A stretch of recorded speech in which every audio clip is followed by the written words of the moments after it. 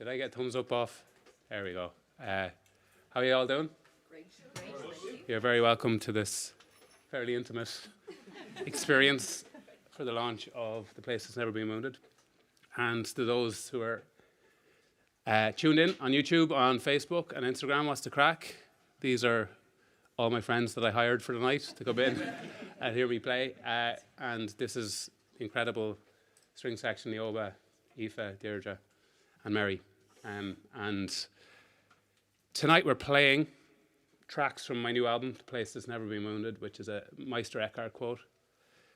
And he said, there's a place within the soul that has never been wounded. No one's ever hurt it or broke it. And I think there's something really important in that kind of idea, and that phraseology. And Louise was going to get tattooed on her arm, and I kind of stole it off her. So anyway, she can get publishing on it, so we're good. But Meister Eckhart's too old. But I think it's a really important idea, this idea, the place that's never been wounded. We keep telling people to be more of something all the time, and we don't actually tell them what's already within them, what they're capable of. And that's what the entire album's about. It's about that theme of, if you're still standing after the utter shit show we've been served for the last 10 years, you don't need to be more resilient. You're the very definition of what it actually is. And I think we need to hear that a little bit more. The other theme of the album is impermanence, is change. Everything changes, no matter how much we want things to stay the same. I'm 45, I'm getting older, it's great crack, but you can't stop change. And I think there's a real power in accepting it. And that's what this album's theme is. So we're going to play it through 7 or 8 tracks. There's a bit of spoken word in it. There is obviously the songs themselves. And for those of you tuning in, there's a QR code, so buy the album. It's a free stream. The album's out tomorrow. And yeah, it's 3 years of work. And the album came out of, in the space of a week, maybe 2 weeks, I got dropped by a record label, a publisher, and a podcast platform. And it was just one of those absolute kick-ins that you get. And when you're in the creative industry, your entire self-worth is wrapped up in your creative output. Everything you do is wrapped around it. And it was such a kick. The confidence was, I see Dara Quilty was there. I remember he was the first person I rang about it. I was like, this is brutal. And then you kind of realize rejection's part of what we do. And it's how you react to rejection. Rejection's part of everything we do. And I licked my wounds for a few weeks. I let it hurt. And then I asked myself, what was it I wanted to do? And it was this record. This is what came out of it. So the first track we're going to play for you is called The Novice Soul. And The Novice Soul is about a very important theme in mindfulness called curiosity, or the beginner's mind, approaching everything with a beginner's mind, or an uncarved block. When we're born, we're complete blank canvases. We don't, we come into this world as the Taoists call it, an uncarved block. And I think now, way too quickly, young people are becoming old, way too fast. We're rushing them to adulthood. And there's no rush to becoming an adult, because when we become adults, we start to lose wonder. And I think wonder is a really powerful tool to allow you to deal with life, but also meditation. Curiosity allows you to deal with the intense stuff that comes up, so the stuff that overwhelms you. So if you take curiosity to it, it actually softens it. So that's the whole theme of this track, the Novice Soul. So everything's a bit of a spoken word, and then we got into a performance. So are you ready? Nice.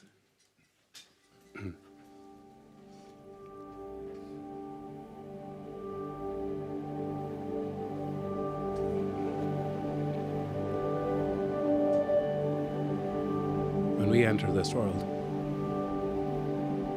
we're cradled in a fragile existence, an uncarved block, tender and unburdened, radiant not for what we are, but for what we have not yet lost. Life and everyone we meet is raw, uncharted, and alive at wonder. When we set out on this odyssey as fledgling spirits, resting in the ease of our innocence. Each touch, each glance, each taste is a revelation, a Marco Polo voyage, a scientific marvel, the cure to the unknown. We are blank slates absorbing the world with reverence as boundless as the sea and as endless as the sky. But as the journey unfolds, we trade curiosity for certainty. Familiarity breeds apathy, and what was once rare becomes ordinary. Yet even in this forgetting, there is a call to remember. To return to the Polaris principle of curiosity and reclaim the novice soul. Each moment is an invitation to begin again, a newborn gaze upon life. A softness towards every thought, every feeling as though experienced for the first time. Untethered from past wounds and futures unscripted. This isn't nostalgia, it's rebellion. It's radical tenderness. It's choosing awe over autopilot. It's choosing presence over absence. Curiosity over complacency. And embracing the novice soul.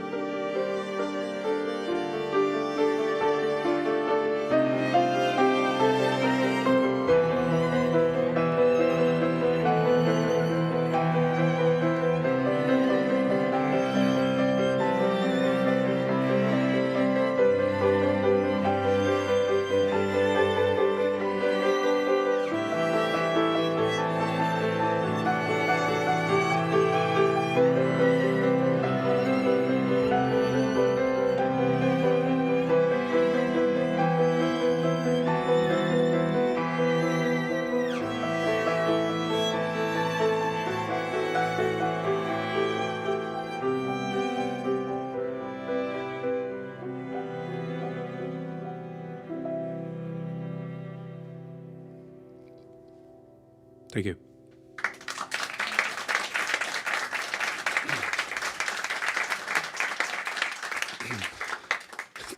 The old fat finger syndrome. When you're a bit nervous, when you're a piano player, your fingers seem to get twice as fat. You're just going to hit bum note after bum note. So luckily my fingers stayed nice and skinny during that. This next track is the first single that we put out. And the reason I wanted to put it out is because it kind of started the foundation of me getting properly into music. When I was a professional rugby player or athlete, my entire body gave up on me on 21. Like, it just turned on me. And it's a terrifying situation to find yourself in when you're like a taxi man with no car. You can't do your job. And I was sent from pillar to post, the top experts in the world, movement specialists, everybody.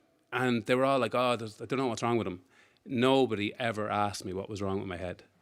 They kept trying to figure out what was wrong with my body. And I remember my physio trying to stretch me was like, I cannot move you. And it was because I had been so hypervigilant for 15 years that my whole body just gave up. And I used to be angry with my body. And I realized that my body wasn't trying to hurt me. It was trying to warn me. It was trying to say, you need to stop. You can't keep pushing through in this. And this is where the credence frequency came from. This idea that there's a kind of a transmission between the head and the body. And I know it sounds like an 80s power ballad, but there's a conversation going on there. And we're not listening to it anymore because we've watches to tell us how fit we are. We've phones to tell us how much sleep we're getting. Like it's turned into this where we've turned our back on intuition. And I think intuition and that communication, the body is constantly trying to tell stuff to the head. There's people in this room now where there's tension in your body and you don't even know it. And if you let it go, immediately your mind starts to calm. And I think this is what the credence frequency is about. But the story is, it started from this idea that my whole body just had enough of me. And for years I hated it. And then I realized that it was the thing that saved me in the end. So that's what this is about.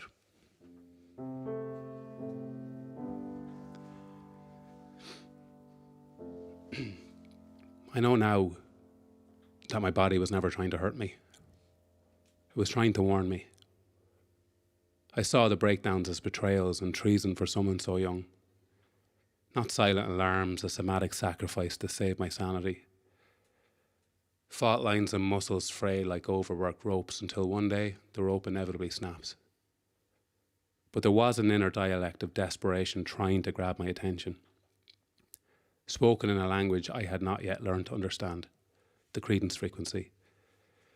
And now we've handed our pulse to machines, let algorithms chart the tides that used to roar in our blood, phones that monitor sleep and watches that count steps, a culture with an addiction to progress and an allergy to rest. The body continues to speak, but we only listen when the screen translates. And I used to think my body was a thing to be conquered, an unreliable engine that kept stalling, but the truth, it was the only part of me that never lied. When the mind was too proud or scared to admit it was drowning, the body was the raft. And when the heart was too bruised to name its hunger, the body nourished it with sustenance. Every injury, every collapse, not a punishment, but a plea. Listen. Please listen.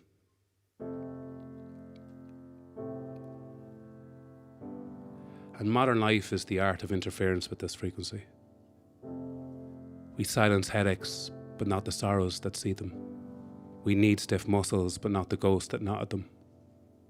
And we trade our guts knowing for the cold arithmetic of technology. But the rebellion is to honor the stillness and the silence, in the solace of meditation, and tune back into this primal intuitive signal between the body and the mind. Your body was never the enemy. It was your security. The one who knew you before the world hijacked your awareness, before the watches, the wages, the wreckage. So tune out to tune back in, and then to begin. Let the static fade. Dial into the most innate wisdom you possess. That ceaseless transmission, that consistency. The Polaris principle of the credence frequency.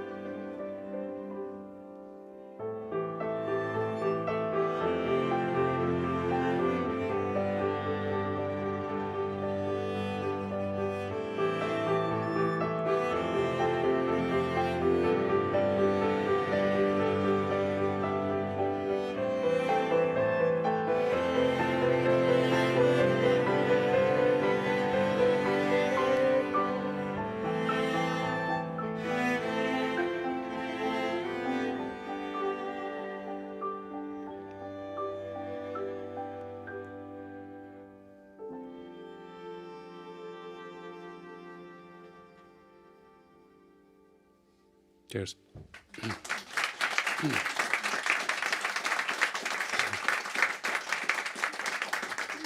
It's the squeakiest piano chair I've ever sat in my life. I don't know if you're hearing that. It's like, you're trying to get all emotional. I was like, oh, for fuck's sake.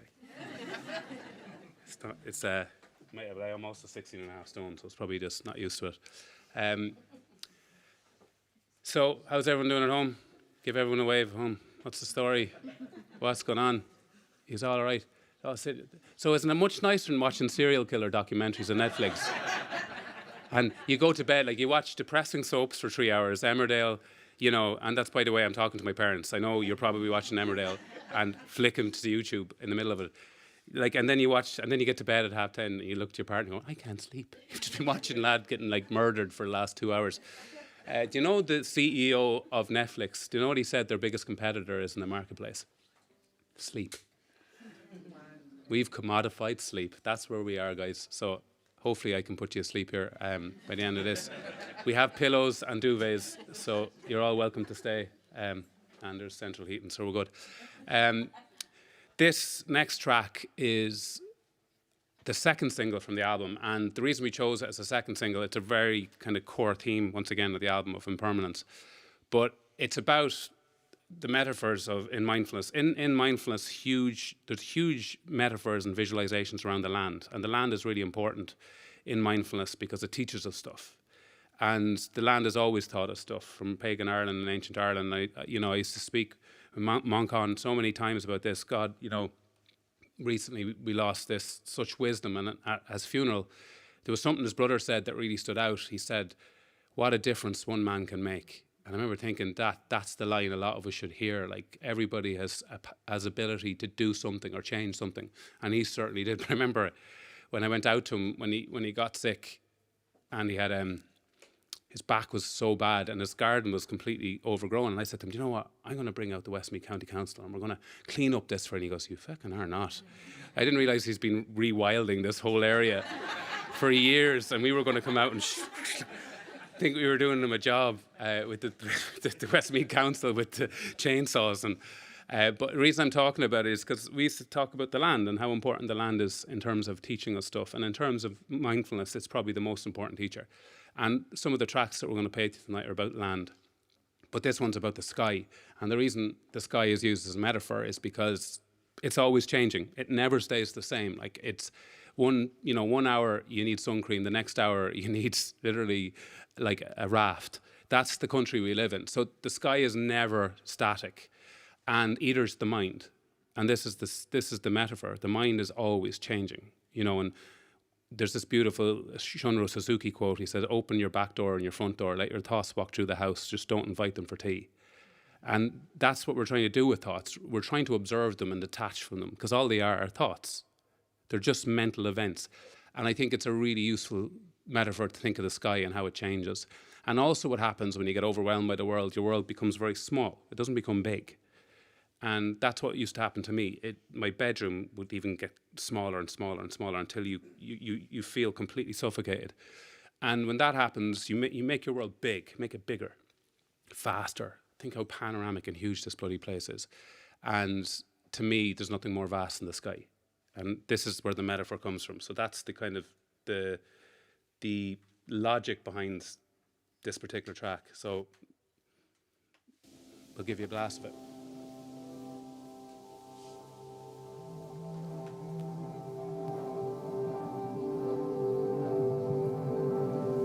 Be still, I heard.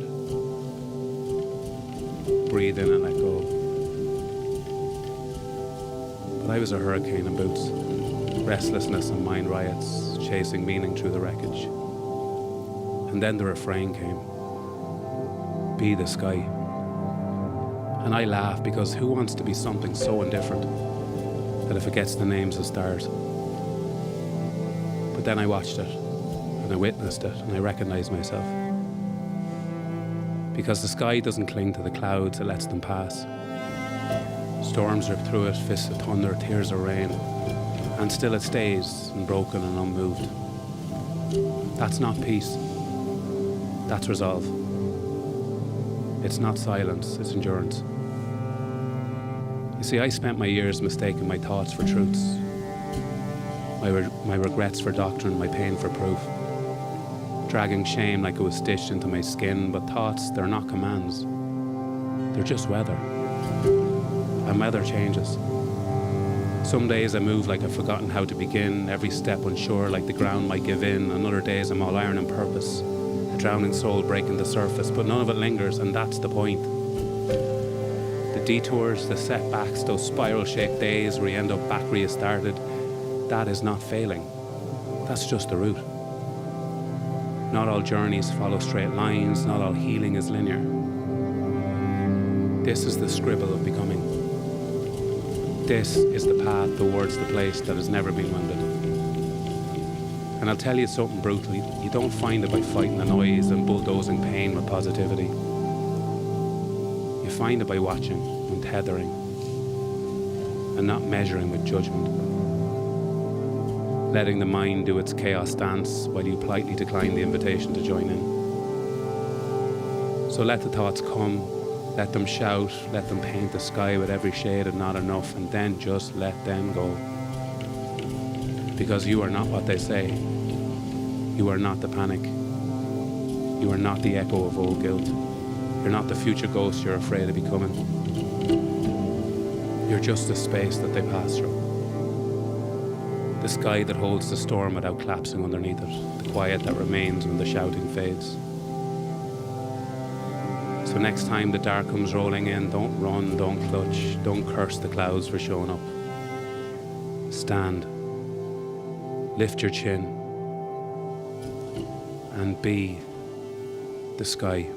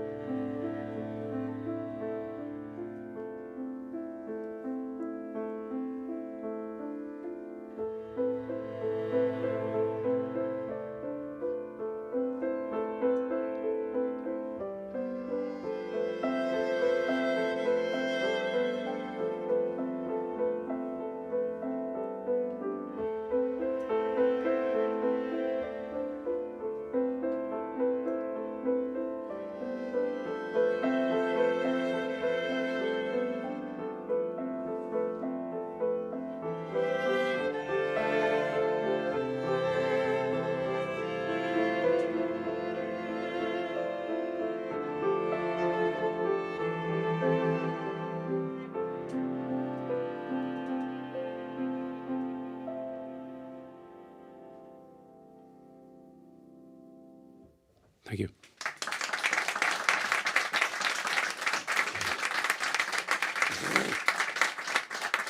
Sweating now, are we? Fucking, everyone's like, it's freezing in here. Fucking, it's not cold now. Whew. So, who's hogging all the wine, by the way? Certainly, I didn't bring any wine in with me. So how's everyone doing? No, I'm not going to drink it out of the bottle. Like, Jesus. That's the perfect look for you. How are you, YouTube? No, you're grand. Passing on the wine. So this, does everyone want to get a bit of a glass of wine in? If you need to wee, you're going to have to do it in your glasses. That's why you provide a glass.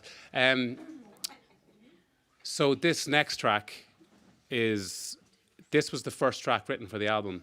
And this was the one that gave me the confidence to actually write the record. And it was because my partner, Louise, when she heard it, she was like, you have to do this. You have to try this. And Louise has worked with film composers for years. So that gave me a confidence to go, I think I could, maybe I can do it. Maybe I can compose this stuff and build it out and do something with it. And this particular track was the thing that started it all. And actually on the album, we have Nori Noreen's who actually reads this poem for me, that I wrote this poem about the bog. And I know when you hear, I know there's a lot of people from Dublin here who've never seen a bog or know what it is, but it's literally kept your country going for generations. We've been able to feed people, heat the country, and all the boggers like myself were able to stay warm. So so the bog, do you know what a bog is? Yeah. Okay, cool, good. But when you see it, it's like this big, there's a lot of bogs in Westmeath, but I love bogs. I think they look beautiful. Because when you look at a bog, it's just you think it's just a big black dirty field, but actually it is. But it's so much more than that, and it comes from this idea of the Yeats quote, "The world is full of magic things, patiently waiting for our senses to grow sharper and notice them." And it's about beauty not being an objective truth. It's a very simple thing. It's things, you can see it in everything. If you bother your arse to look, you can even see it in a bog. And that's the whole idea of this. And this poem, I wrote this poem about the bog. I never thought my Irish teacher would be delighted with me. He was obsessed with bogs. And anyone who's ever worked in a bog, it is it's a shit job. It is a tough job. And I used to work with my friend's dad, and he barely spoke English, and he'd always, your payment was a sandwich. And he'd take out the sandwich after about 3 hours of bollocks work, and it'd be a soggy little sandwich, and if you don't eat it, that's the end of your day. This lad will literally bury you in the bog. So I don't know how I'm writing poems about it now, but anyway, there you go. So I know there's people tuning in from Westmeath. We'll see you in the bog at the weekend. That's where it happens. This is called Be the Beauty. And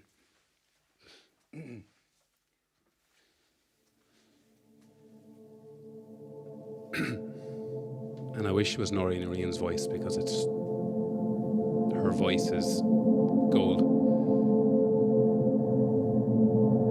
In the benign boundless black of the Irish bog, I glimpsed the wildflower, fierce and defiant, cast in contrast into the cold grip of decay. A golden plover tucked deep in the heather, its heathers trembling against its earth. The mist pulls back like an old curtain surrounding to the burn of the rising sun as the world wakes, and life whispers in the dawn's first breath. I witnessed the handcuffed turf gifted by nature's past, fueling homes where love lingers against the icy breath of a brutal Irish winter. A father and son, bodies bent, hands calloused, richly turning each sod. Silent but sacred, the weight of centuries in every lift. They sit together on the edge of their labour, flasks of tea steaming in the crisp air, their eyes scan the small plot, their piece of earth, passed down from generation to generation. An inheritance not of gold but of soil, and a pride rooted deep, where words are few but the silence speaks, and in the pause I see it. The land is not theirs, they belong to it. Guardians of its breath, stewards of its memory, watching over what their fathers and their father's father broke their backs to save. And in that quiet moment I see love. In the turning aside, in the ritual, in the stillness, in the shared labour. It's more than just the earth they're shaping, it's a legacy. Where some see death and decay, let beauty reside in the shadows of the mind. When you find the spirit absent of colour, where there's light there's hope, and where there's hope there's light, a flicker, a flare in the darkest night, for harmony exists in that inner fight. In In that cauldron of chaos, a vacuum of serenity and silence, of presence, and in the discomfort of dissonance, a melody in a major key. In the rebellion of peace, be the beauty.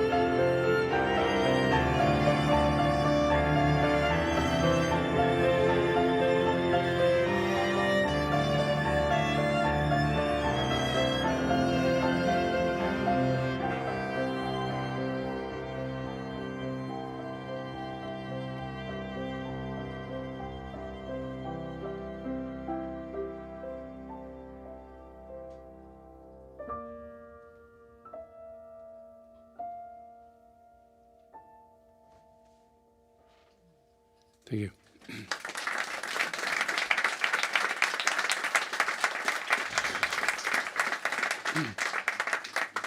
Cheers. Yeah, that was the first track. And then from that, anyone who's made an album, you need a first track to give you the confidence to go and make something.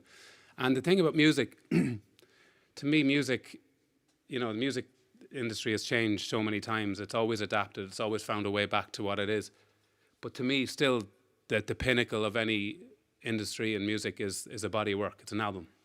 And it's important that we hold the album at the highest part of esteem. Like making a record, anyone who makes a record, you have to respect that it takes huge level of work, time, commitment, and money. to just then give it away. But that's the industry, but the thing about it is, I think I know there's a couple of younger folks tuning in, like that has to be the goal, is a body work. Whether you're an artist, whatever it is, you have to create something in a concept, and it's challenging and it's scary, but it's worth it. It's worth to go for it, and when you stand over it in the end, it's something that you can actually go, that is a body of work that represents who I am at this point in time. And then I was doing all these interviews over the week, and they were like, it's not very like the Blizzards. I was like, dude, when I was in the Blizzards, I was 23, 24, writing songs like Fantasy and Trust Me, I'm a Doctor. Things that I'm 45 now. Let me be old, please. Let me write sad songs. It's like, fuck it. They won't trust me I'm a doctor till I'm 90. Like, I'm just sitting there in my wheelchair playing guitar. But, you know, and I'll probably go back to it. But this is the beauty of being a musician. And anything, you shouldn't put anyone in a box. Let them be whatever they want. And the reason I'm saying that is because I think I'm going to mess up this next track. Because this track is really important to understand. Literally nearly broke me. When we recorded the whole album in this studio on this piano, but there's a piano just behind you there, and it's a felt piano. So my producer, Elliot, who's a dream, he's one of my favourite people. I've made a few records with him. I recorded the whole thing, and there was no click track, there was nothing. It was just me playing on my own and just completely. And it's a difficult thing to do, any bum note or anything. And then I finished, and he goes, now I want you to play it on the other piano. And I went, oh, like, did you not like that? He goes, no, you have to play the exact same thing at the exact same time and the exact same phrasing on that piano. Because he wanted the sound of the mechanical part of that piano and the softness with this big, beautiful, grand piano. And it actually broke me. Because I know, I was just playing there, and I was like, if I was a second early, he'd go again. I'm like, oh, Jesus fucking Christ. So ultimately, the irony of this being a mindfulness album, I lost the plot. And the really important thing to understand about mindfulness, there's this perception, and Tony, you can back me up on this. People were saying, oh, you do mindfulness, you must be very chilled, are you? I was like, no. If I call you a prick, I've thought about how much of a prick you are. I've reflected on how much of a prick you are. That's how much of a prick you are. And there's a saying I love in mindfulness that sometimes the most mindful thing you can do is tell someone to fuck off. And I love it because everyone thinks we're all just sitting there. But mindfulness isn't about that. It's about just being present, and I know sound without judgment, and diffusing yourself from all the stuff that goes on up in your head. And that's why it's powerful. But this track is, I put up a post last week about this, and it just took off. And I don't know why people are so obsessed with Ben Bulben, but they are. Anyone who's seen Ben Bulben, the mountain in Sligo, and you drive up and you're going through Sligo, and then you see this thing, and it literally, Tony wakes up I'll talk about Tony now in a second, but Tony wakes up every morning and looks out at Ben Bulben. Like, feck you, Tony. And we used to go on holidays to Donegal, to Mullaghmore and Bundoran, and we would drive, and it would just stop us in our tracks. And there was I always thought it looked like a meat cleaver. Like someone just got a meat cleaver and just hit like God got a meat cleaver and hit the earth with it. And I was always obsessed with the mountain. But in time, I become more obsessed with mountains because they really represent who we are. And the idea, once again, of impermanence and mindfulness. The mountains are constantly changing. So they're getting hit with rain, frost, snow, like wind. And yes, the surface changes, but it still stays completely embedded in the earth and unmovable and unshakable. And in mindfulness, we say that's who we are. You know, things constantly change, our emotions, our thoughts, our feelings, but there's still that steady part of us, like the mountain, that never ever changes, like Ben Bulben. Like Ben Bulben has been here a long time. It's seen a lot of the world. It's seen a lot of chaos. It's seen a lot of glory. But I think it can teach us a lot, and that's what this track's about. And the reason I've done a really long intro is because I am going to mess this one up, because it's a tricky one to play. But I shouldn't say that to you. You should be like, why is it said? So if I hear a big fat bum note, and remember this whole thing's about non-judgment, so shut your faces. I've either I just. So anyway, that's my spiel. So I'm allowed to feck up here, and if I don't feck up, I'm going to just finish the set here. This is called "Be the Mountain."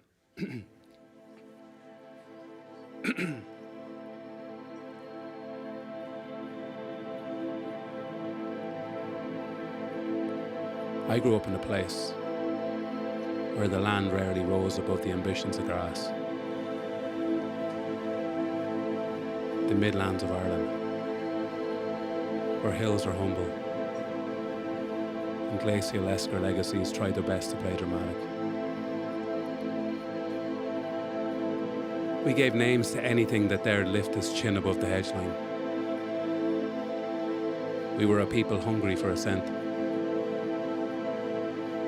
But once a year, we'd pack chaos into a Volkswagen Jetta. 5 kids, a boot full of biscuits, and a bladder-based war of attrition. And head for Donegal, my father's birth home. There was noise, there was insurrections and white flags, and then there was Ben Bulben. It rose like a verdict just before Sligo, cutting the skyline like someone had dropped a god-sized cleaver into the earth. And the car would fall silent for the first time in hours reserve. Even the sugar stoners in the back seat shut their mouths. Because Ben Bulben didn't ask, it didn't perform, it simply was. And somehow that was louder than all our racket. And as I got older, I heard people talk about the Alps, the Andes and the Himalayas. But me, I just kept returning to that slab of myth, rising from Yeats' country, weather-worn, brow furrowed like a poet mid-verse. Mountains, I've come to believe, don't just touch the sky, they teach you how to stay grounded. They hold steady, they wait patiently, and they witness. And in a world obsessed with becoming something, the mountain reminds you of the power in simply being. That's mindfulness. That is presence. And I didn't have mountains growing up. I had green fields, lakes, and the hidden ancient heartlands. But I had that one shape, Ben Bulben, fixed in my mind like a memory that refused to fade. And even now, I sit cross-legged, breath tethered to body, and then I close my eyes to find stillness. It's not a void I see, it's a mountain. Not untouched by existence, but unshaken by it. Limestone shoulders where every season without complaint, the rain that scours, the winds that wail, and the frost that bites, the sun that cracks the stone. It doesn't resist the weather, it receives it. And maybe that is what we are too. Beneath it all, not the noise, not the storm, but something steady, something consistent and still. That is what the mountain teaches us. That no matter what blows through us, grief, joy, anxiety, change, we remain and we endure. We're held. We don't need to rise above the storm, we just need to know that we're rooted through it. Still here. Still breathing. Still being. Just like the mountain. Be the mountain. Be the mountain.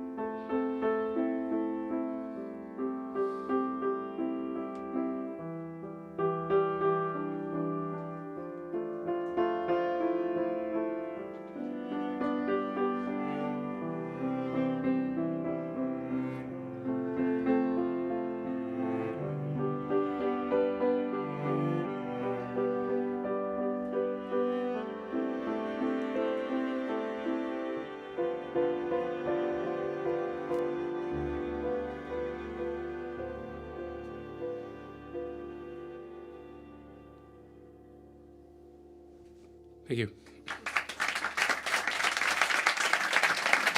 It's,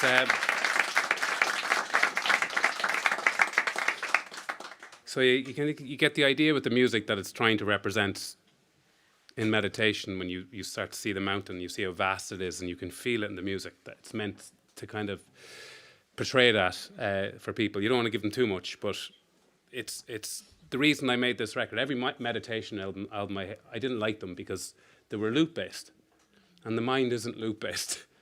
The mind is I don't know about your mind, but my mind is chaotic, and it goes in 40 different directions in a second, and then you have just this nice little kind of I always used to listen to meditation music, and it kind of made me need to pee. That's a weird thing because there was always music in it. There was always water, trickling water. I was like, oh man, I have to piss. And I didn't want to make music that made people need to pee. So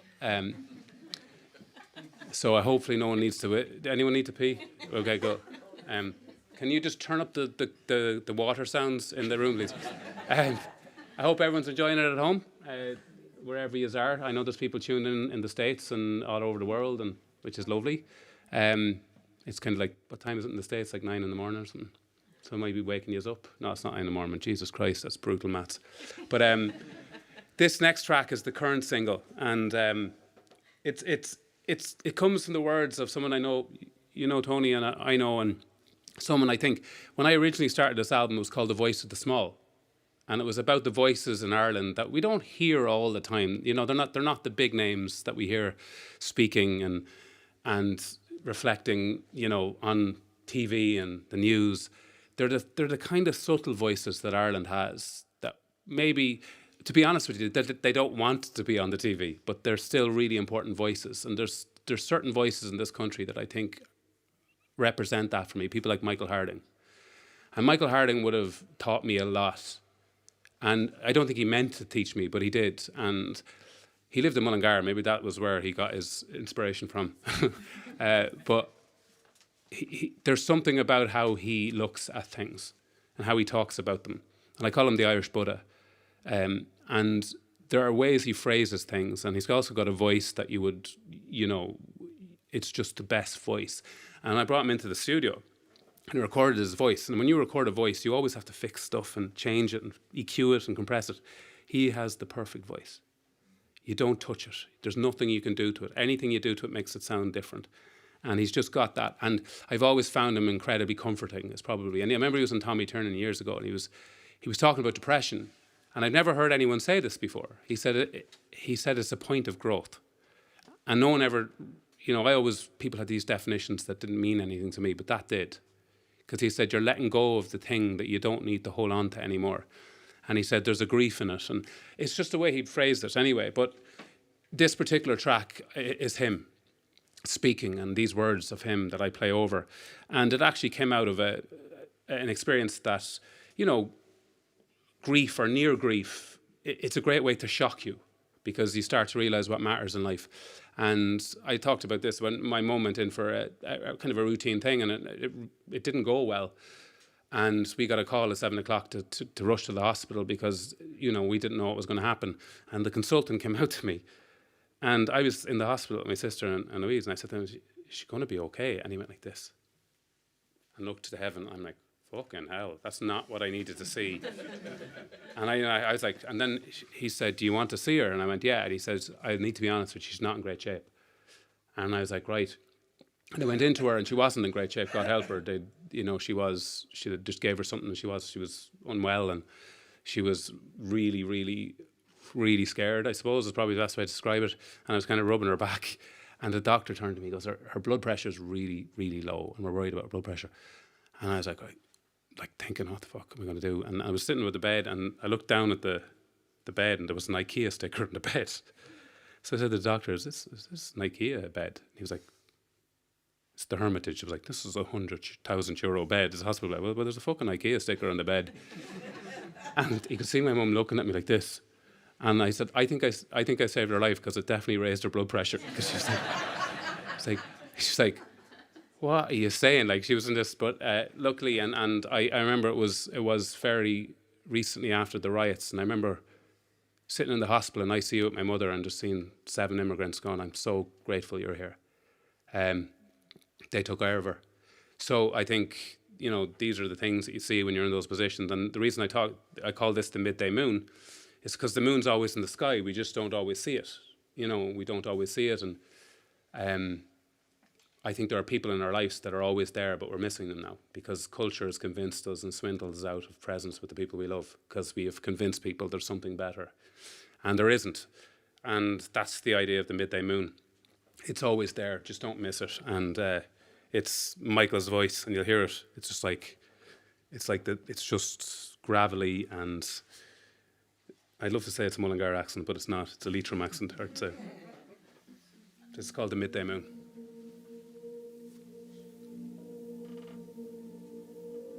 But underneath everything is love. So love is actually creating the space in which the other one breathes. But when you have your eyes looking at the beloved, the other one in the room, and you are still, your consciousness is absorbing the other person. So you're listening to them, you're paying attention to them. You're nurturing them so that the next second in their life will be the most beautiful. Can I make the next moment for you be a moment of beauty? I'm creating an awareness within which they are present. I'm paying attention when they speak. I am the universe around them. I am their mother wishing that I could make the next second in their life the most beautiful experience they ever had. How can I do that? Answer, just be still. Be still, and you will find that the very presence of the other person in the room no longer distracts you from meditation, but actually becomes the focus.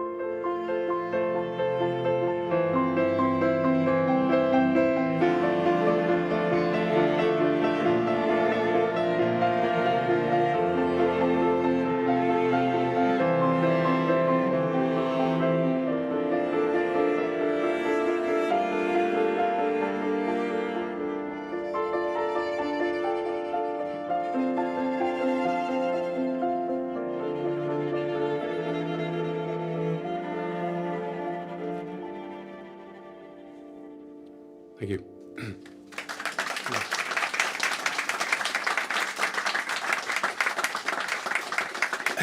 So we've only two tracks left. Thank you so much for coming out tonight, Thursday night and all that, and a million things to do and everyone watching. Where's the camera going? Where are you looking? Here. Where's the camera, Darren? How is it? So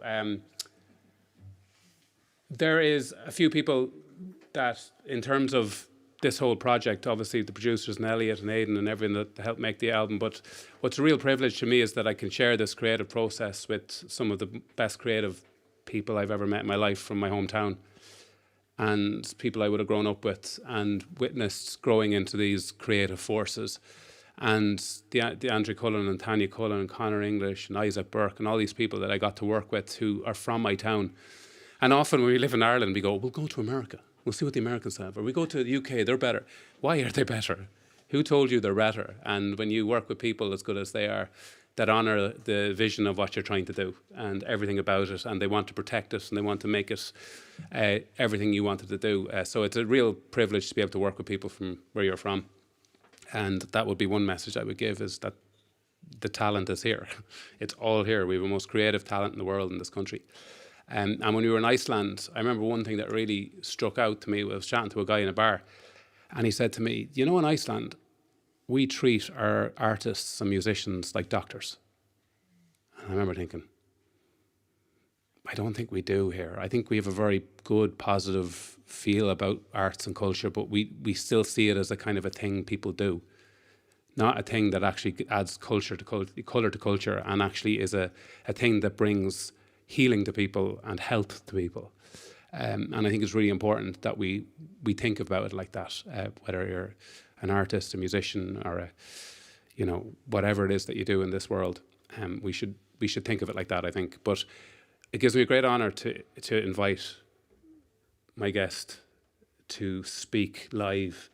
And Tony Bates, long before we were all talking about this mental health stuff and society was doing its stuff, and we were all like, I think we should probably talk about the fact that humans are fucked up. I think we should probably have those conversations that we're all a little bit cracked. Tony was on the front line. Tony was doing this work at the most difficult time in this country when, by 1950, Ireland had the highest level of people in psychiatric institutions in the world. And we loved putting people into institutions. We just loved it.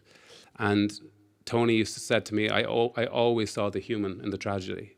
And that was a really important thing to hear. And yeah, I think I met Tony through Louise, who's been mentored and worked with him for so many years and has been a hugely important part of her life. And everyone who meets him, he very quickly becomes a hugely important part of their life too. So I'm delighted that you're going to speak and we're going to play this together. And it's a beautiful track. They're beautiful words when you first said them. And you said that you cannot heal unless you're willing to feel. I never understood what that meant, but I think I do now. And I'd like to invite Dr. Tony Bates up to speak. Yeah, perfect. Tony just told me not to fuck this up. Thanks, Tony, for the moral support.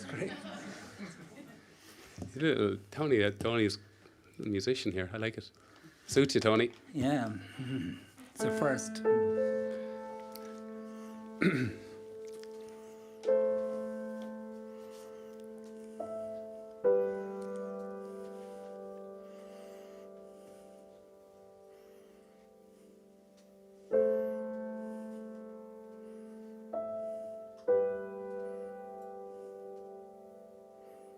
When pain is intense, all we see is pain. We can't think clearly. There's no shortage of cruel names we call ourselves. Weak, pathetic, immature are just a few. We make a list of simple things we need to do. But with so little energy, the most straightforward list can feel too much.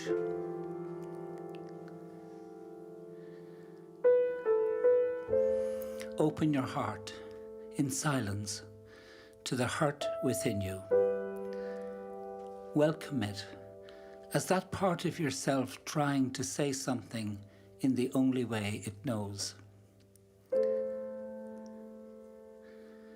Notice if anything changes when you stop fighting with your pain. Something usually shifts when we accept whatever is happening inside us without judging it or rushing to fix it. When we hold pain in compassionate awareness, our pain unfolds in a different way.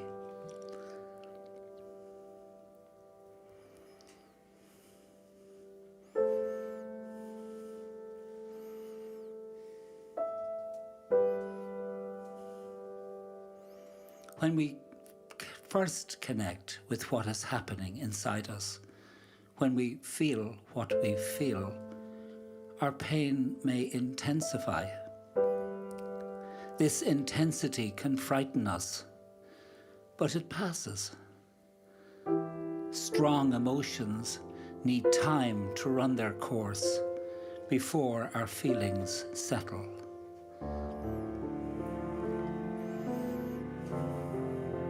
We may cry, that's okay. Where love was missing, we built a wall to protect ourselves. Tears wear away that wall. They reveal a raw and tender heart, the essence of who we are.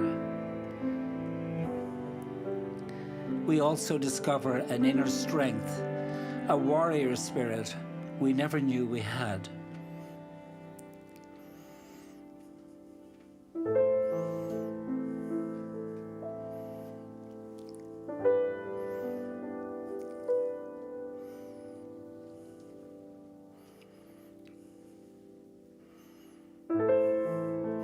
Opening more deeply to your pain, notice where in your body you feel discomfort.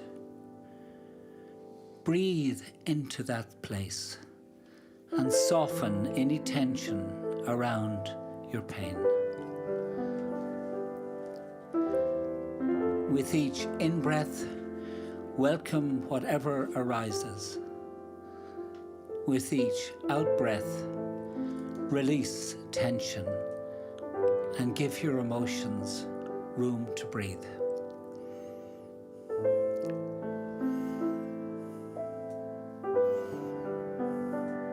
Be gentle with yourself.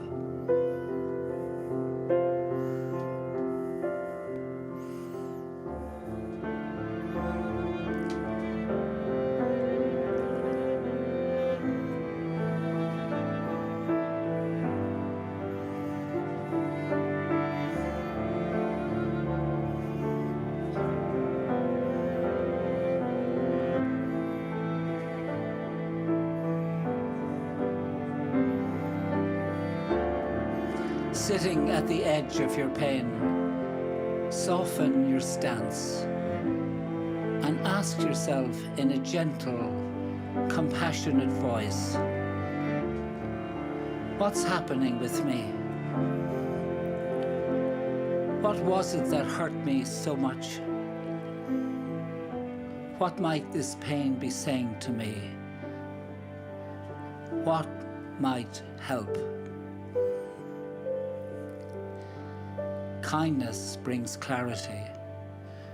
Our problems do not disappear, but we see them differently. What seemed unbearable becomes bearable, and what seemed unworkable becomes workable. At the raw edges of our pain, there is truth that may be life-changing.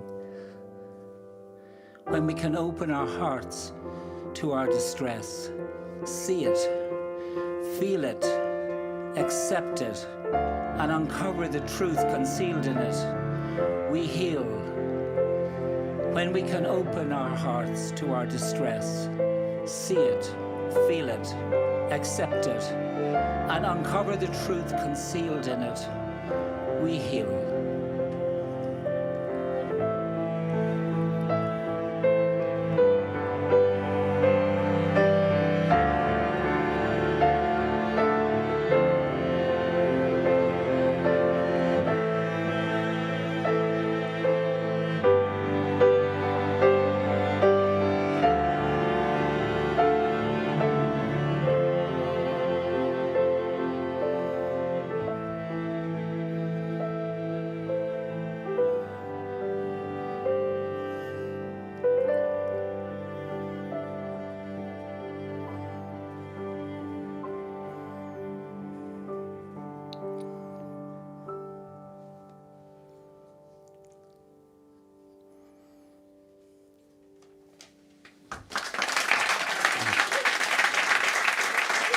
Thank you, Tony.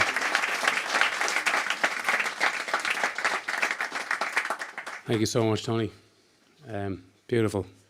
Our last song. So we have 14 songs on the album. We're not going to put you through them all. It's just like, just in there, Jesus Christ. No, so we've only one more. And it's the title track of the album. It's the final track of the album.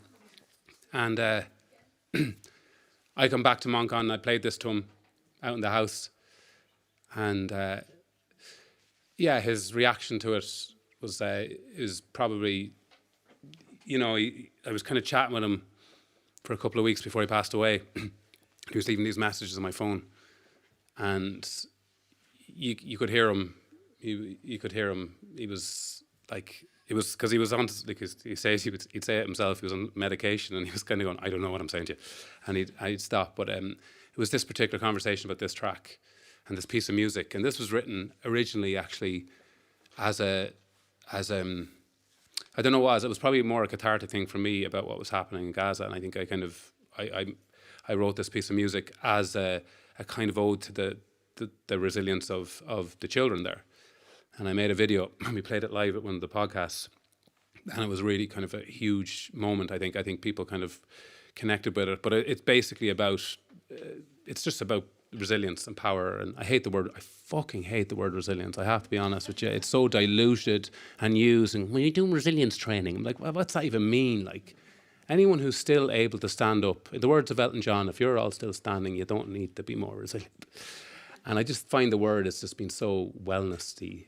And it's, I think Tony and Louise likes to use the word psychological flexibility. I love that, because it's kind of convincing us that you're going to be bent and beaten, and you're not going to break, because you're able to move with the good, the bad, and the ugly of life. And this track, I knew the minute I wrote it that this was going to be the final track in the album, and it was going to be The Place That's Never Been Wounded. It's an immensely emotive melody, and it was one that wrote itself, because when you write a piano piece, you're like sitting there and you're going to playing it out and you're going, that works. This was already written. It took me about 2 minutes, and I kept playing it, and before I knew it, I had this. And I was like, and that's only ever happened to me with one other song in my life, a song called Postcards. And it was like somebody else wrote it. So that's what this one is, and it's the final track in the album. And I'd like to thank you all for coming. I'd like to thank everyone for watching. But we're going to have a quick chat about the record after with Tony. Just a quick, conversation. Tony knows a lot about. I think he's probably psychoanalyzing everybody in the room right now as well. Don't be freaked out about it. It's fine. And as I said earlier on, Freud said the only people in the world impervious to psychoanalysis are Irish people, because we managed to bury it so deep. And I don't think he said that, but apparently he did. They said it in The Departed, the film? Jack Nicholson said it, and he never lies. So we are impervious to psychoanalysis, Tony, so don't be doing any of your feckin' ninja shit in us, right? I'm going to finish with this track. It's called The Place That's Never Been Wounded, and then if everyone wants to get a wee or whatever, and we'll come back and have a chat for a few minutes. That's it. Did that work for everyone? Or do you want to just keep rocking it on? We'll see how you feel at the end of this. This is called The Place That's Never Been Wounded.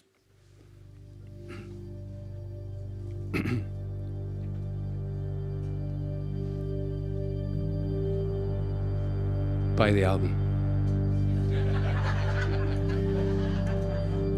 This shit is hard. Gotta pay for it. And my therapy for doing it.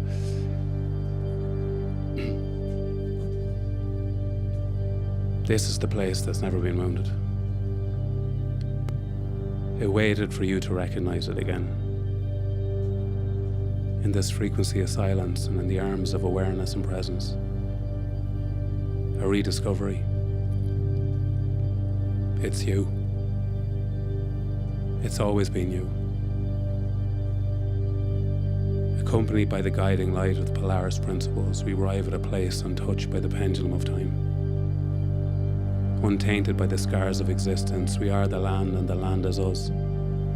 Our mentor, our steadfast companion, love that wild and tame force flows through our veins. A gift we can offer and receive in equal measure. The journey you've undertaken, the search for meaning has led you inward. Every fragment of your longing has always resided within you. It never departed. It waited with infinite patience for the moment you would return home to this unbroken part of yourself.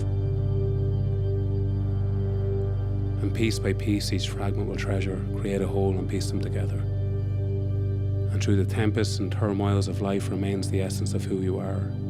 Untouched by pain, unsullied by sorrow, the undying ember continues to burn, to shine no matter the storm. An affirming voice that can never be silenced. And as you walk back into the world, into the chaos and into the noise, hold on to this truth, this unassailable core. Live from the empowering arms of presence, for within you lies a place untouched and untamed. A place that has never been wounded.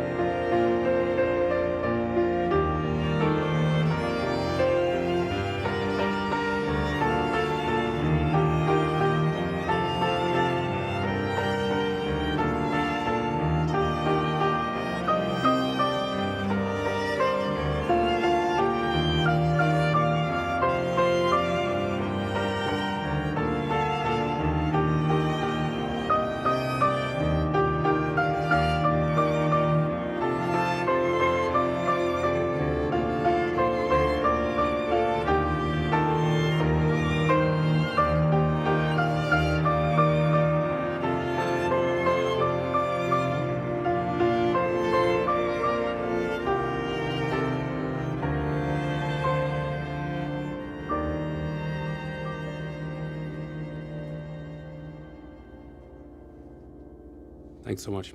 Cheers.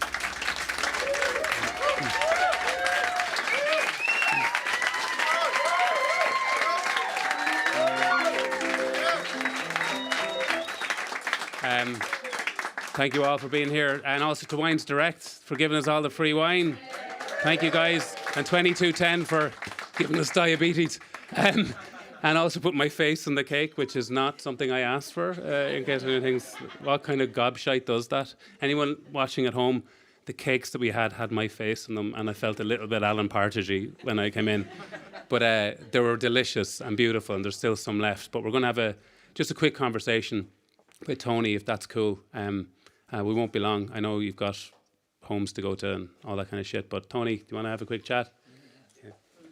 You sit there.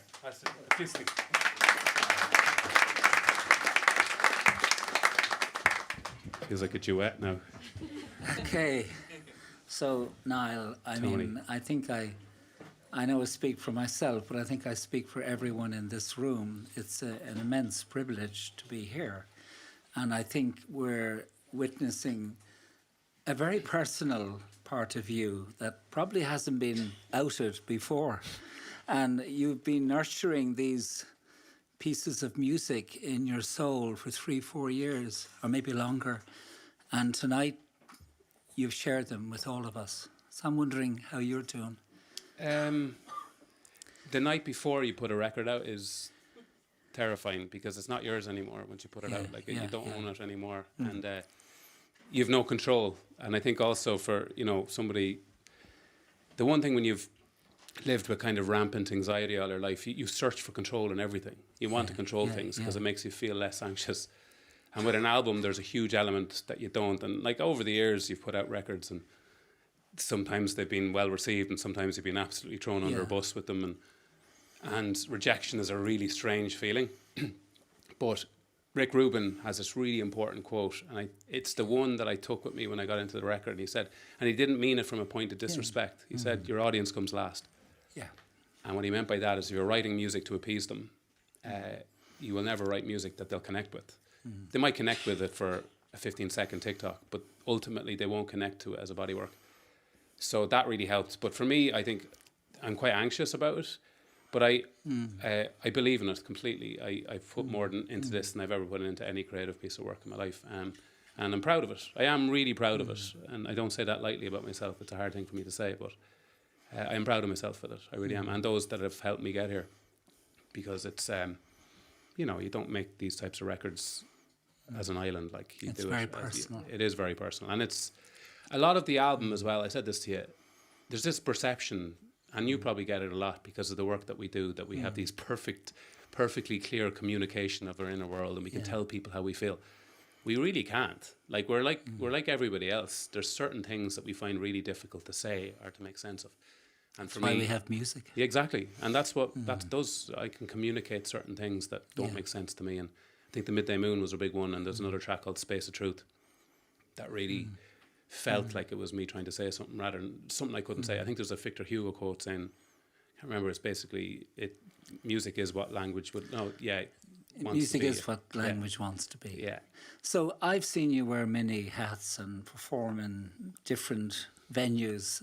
The angry social justice advocate, the incredibly frustrated passion, Tony. mental health advocate, with blizzards, very different. So what do you think makes this so different? Or does this feel as different for you as it does for me, looking from the outside? Well, it's definitely a different genre. Yeah. But the thing about this is this is where I came from. My background is piano. My mum is a piano teacher, violin teacher, classical violinist. My brother's a music producer. I grew up around music all my life. So it was me coming back to what I knew. I learned everything I know about music on a Bechstein piano. Yeah. And also, that's not fair, I learned a lot about music in a choir. I think a choir, anyone who wants to get into music or loves music and wants to understand it, a choir is the single best way to do it. A good choir. And I was in the choristers in Mullingar, and we were singing like Handel's Messiah, like half 12, midnight mass when it used to be on at midnight, and people would be absolutely shit-faced sitting. So we'd finish and we'd get a standing ovation, and then there'd be still people in the church, and they were really into this, they were asleep. They'd been drinking about 14 pints down in Caffrey's before.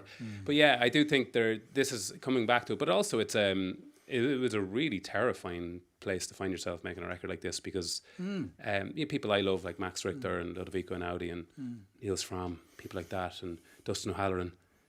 And you said to us this comes from loss. I mean, this comes from an experience of intense loss. But it also just those moments where, like, the thing about it is, if you don't like rejection, do not be in this industry, because you're going to get kicked. And the thing about rejection is you immediately assign something wrong within you when you get rejected. I've done something wrong, I'm not good enough. You never think about, well, the world's a really complicated place. Maybe it wasn't the right time. Your immediate instinct is to kick the shit out of yourself rather than to kind of step back. And that's what I did. I went, right, fair enough. And it was so funny because, like, what did the podcast platform that dropped me like third period French, in their way of saying sorry, I just thought it was so weird, sent me fucking about €300 worth of flowers. I was like, send me the money, like, I don't want flowers, no offense. And I was kind of, what the fuck are these flowers doing here? And they're like, we're so sorry for dumping you. Well, give me money. Like, if you're going to dump me, give me a payoff or something.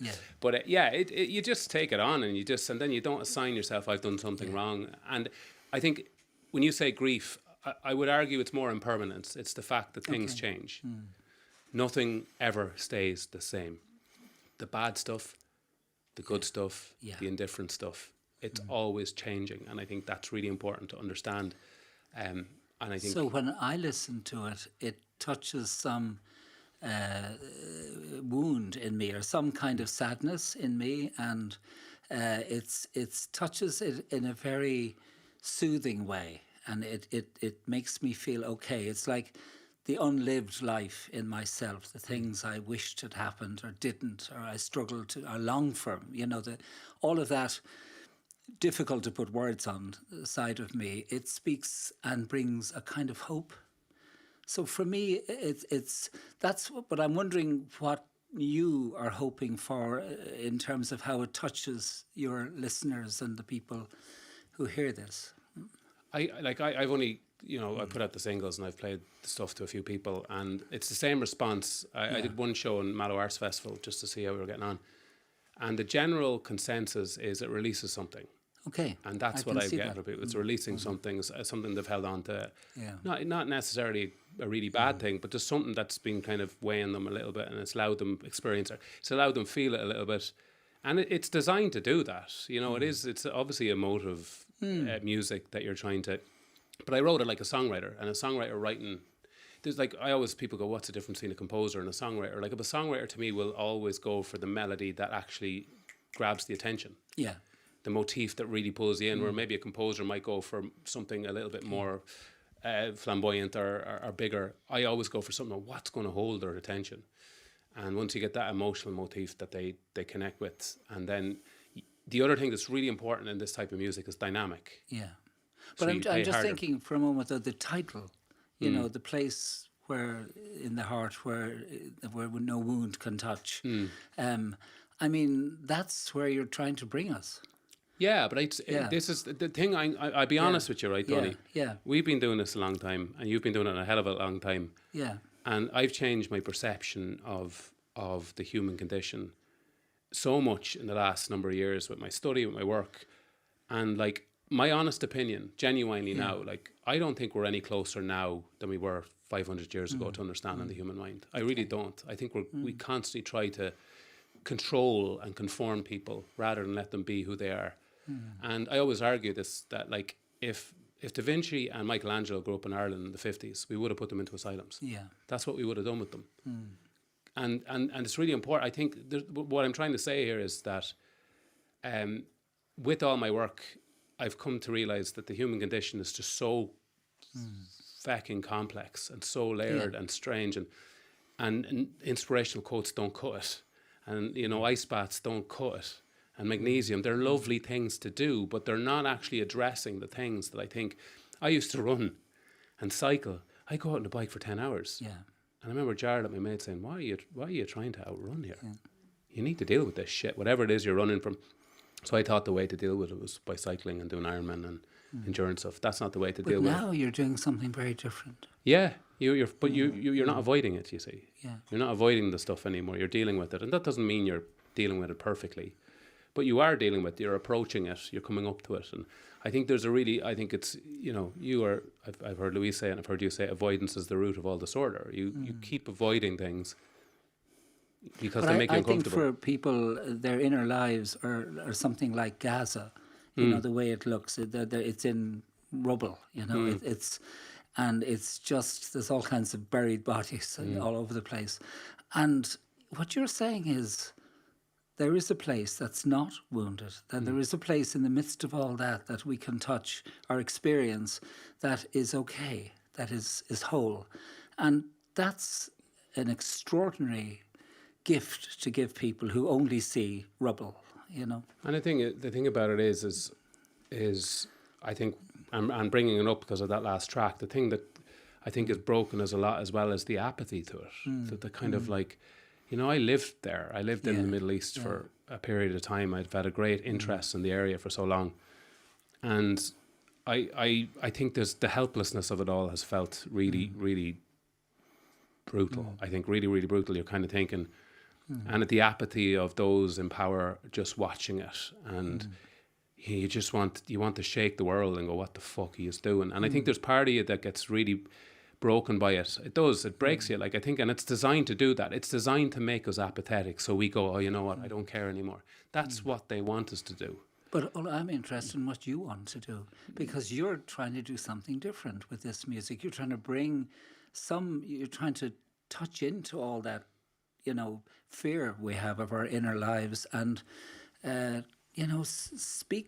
bring hope. Yeah. Do you not think that? No, really I do. is- I really believe fundamentally that. Like, let's just think about the last 10 years. Yeah, yeah.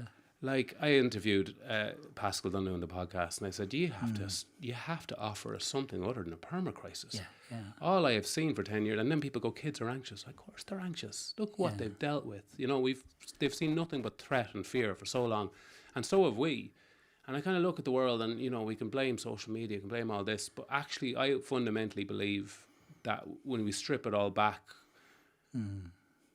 we won't find our freedom on social media. It's in communities. It's in front of people. And like, if Twitter was real life, if you go on the street now tonight, you'll see people fucking screaming. You'll probably see that anyway in Camden Street, but you'll see people screaming at lampposts and punching walls. It's not real life. The currency of social media is division. It wants us divided, constantly divided. Yeah. And what I'm trying to do with this is the opposite of division. Yeah. It's the idea that there's a hell of a lot more that holds us together than pulls us apart. And what holds us together is grief, is pain and love. These are things all humans experience. Whether you're Donald Trump, whoever you are, we all experience these things. Yeah.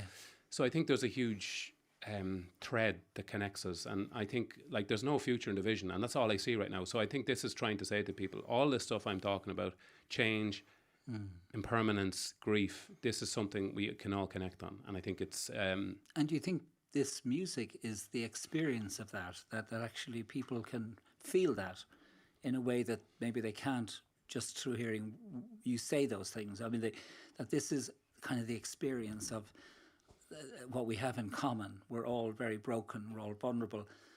But that's not the whole story. There's more to the story than just our broken hearts. That Leonard Cohen quote, there's a crack in everything, that's how the light gets in. Like, that's the point. Like, this is the idea. And like the entire fundamental basis of mindfulness is that suffering is universal. We all experiencing it. Yeah.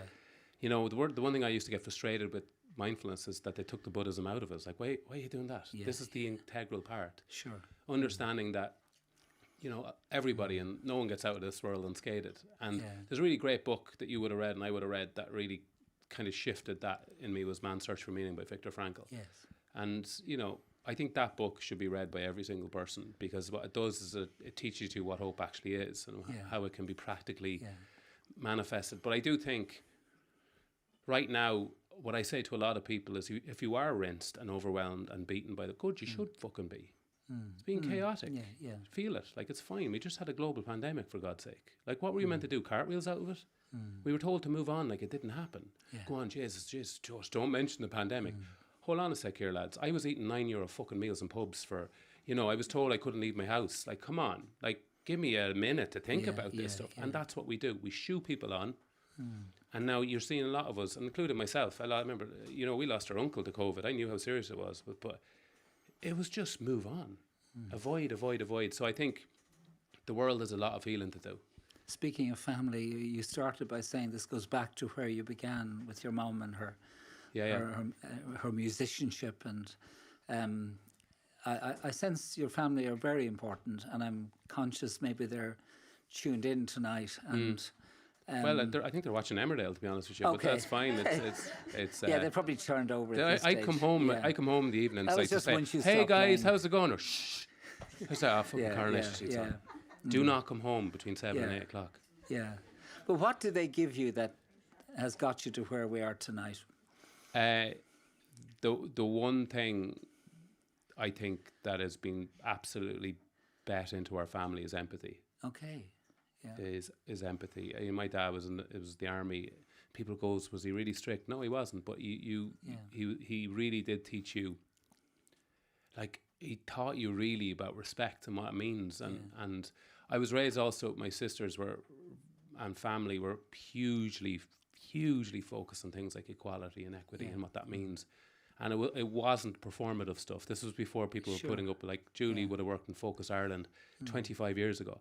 she worked on the streets of Glasgow with people with heroin addictions. You know, this is where my social consciousness comes from. And I think it's really important to that's what I was raised as. And I was also raised in a home that felt very safe. Yeah. And that was really important because my school didn't feel safe. Okay. And it was a really horrible, horrible, horrible place that I think inflicted a lot of chaos. And I always knew there was safety in my home. But it was more than anything, it was respect and empathy. And Where do you find safety now? I find it with the people I love. I find safety with Louise and Stevie, and I find safety. I find safety playing music. Yeah. People always say to me as well, like, when I used to play music in our sport, they're like, "Jeez, but you're really anxious." I said, "Yeah, but I don't have time to think. Give me time to think, and I am fucked." But you can't think when you're playing the piano. You cannot think. You cannot think when you're playing sport. You're in a different state. You're in a different mind state. But when I'm sitting at home, I'm like, oh no, I've an hour here to think. But I think what you seem to be, what I hear you saying to people and to me and to everyone here is that we're all a mess. Oh yeah. I mean, there's a level at which that's These are all okay. They all know now they're going to head from here over to John of Gods and sign in. But I mean, but you're saying that we're all deeply broken at some level and very vulnerable, and you're trying to get people to stop running away from that. But you're also saying something else in this music, which is that we can connect with each other through that, and that there is somewhere in all of us that, in spite of everything, we can experience ourselves as, or a part of ourselves that can't be broken, that actually is not wounded, you know, is just me. And it's that me is underneath the rubble maybe, or you know, hiding behind the wall, but it is there. And I that's a powerful, and you're not just saying it, you're giving people an experience of this in this beautiful music. Well, I do. I think it's really important as well to say that I think the most important thing we can all do is move away from this individualistic society that we've created, this culture, this every person for themselves, LinkedIn mentality, optimized living, and you know, 1% better every day. Shut the fuck up. Just shut up. You know, do you know the guys that goes in pivot? We're going to pivot. Shut the fuck. I am not a brand. I'm a human being. Sure. Talk to me. You're not a commodity. And I think that individualistic Ireland Incorporated. Shut Ireland has the richest history of any country in the world. We are not a corporation. And that's the thing that gets into me. And what this is trying to say to people is that it is not us. People feel so lonely in that. Because it feels like everybody has agendas rather than they just want to have a chat, like, or want to connect. And I feel it sometimes. I go on LinkedIn, I'm just like reading these things going, and I started putting stuff up going, like, actually, I've had a pretty shit year, if I'm honest with you. Everything. I remember putting the thing up, had been dropped 3 times, and people didn't know what to do with it. And then people were trying to, they were showing these. Can I just say one thing? Okay. So this all started when I started reading these inspirational Facebook pages. Yeah. And I was reading them going, I can't connect with these. I didn't understand 90% of them, but then, and then there was like comments of people going like, so powerful. I was like, I don't get it. I got so frustrated with it. But there was one quote that really made me realize, right, this is where we're at. And the quote said, "We only have to be lucky once. You have to be lucky every time." Okay. And people are like, that's beautiful. That was a death threat by the IRA to Margaret Thatcher after the Brighton bombings. And I remember thinking, some guy just went, I'll fucking see if they'll buy this shit. And we've got to this point in life where we're kind of just peddling wellness, like inspirational quotes to people. And I'm looking at people going, if you are fucking really exhausted by the world now, here's your brother. It's exhausting to watch this. It is not going to be like this forever. And this is the stuff we connect on. I am not going to tell you to be a better version of yourself. Or just, Tony, you be 1% better every day. What you're telling me is to be the sky. Be the sky. That's it. It's that's pretty amazing. I can be the sky. I'm not looking up at the sky. I can be the sky and let all of these things move through me and blow by me. It's something, it's not an inspirational quote. It's an invitation to really experience who we are. That's all it is. That's all the record is, Yeah. and that's all I want to be. On an ideal day, Niall, I'll end with this, but just, what would be your hope that this music could how do you want it to land with people? I've kind of asked you this already, but I'm just trying to think, what is it you want for this? This is a beautiful gift to the world, and the string players, you, the piano. I mean, it's so creatively put together. It is very impactful, but that's me listening, and maybe other people would say the same. But what do you want? How do you want it to touch us? I just want people to realise there's an alternative to the chaos. Okay. There's another side to all of this. Yeah. There's a part of us that isn't lost, isn't beaten by the world. Yeah. You mightn't hear it right now. It might feel a little overshadowed or overburdened because it is chaotic, but it has never left us. Yeah. And it's important. And the thing about it is, I look back at all the moments in my life where I really don't know how I got through it. Yeah. I really don't know, but something got me through it. Something got me through it, and it's that part of me that I'm hoping other people recognise in themselves. That's the piece you're It's putting in out everybody. there. It's in everybody, and it's in everybody. fundamentally believe yeah, it. Yeah. Everybody in this room has experienced different types of ups and downs and ins and outs. Something still has us here. Yeah. And I remember Michael Harding again said these words. He says, something grips you and something holds you when you feel like that. And I think I just look back, and I just hope that if anyone's going through those moments that I would have went through, that they realise that in themselves. And I'm not saying that the music will do that, but I do hope. But that's what you'd like. I'd like it. I would like it to do. That's what I think some of us experience. I and hope that's it does. a perfect place to end. Thank you very much. Thanks a million. Cheers. Good. Well done. Thank you all for coming. Get out. I'm just joking. There's more wine than cake. Thank you guys. Cheers.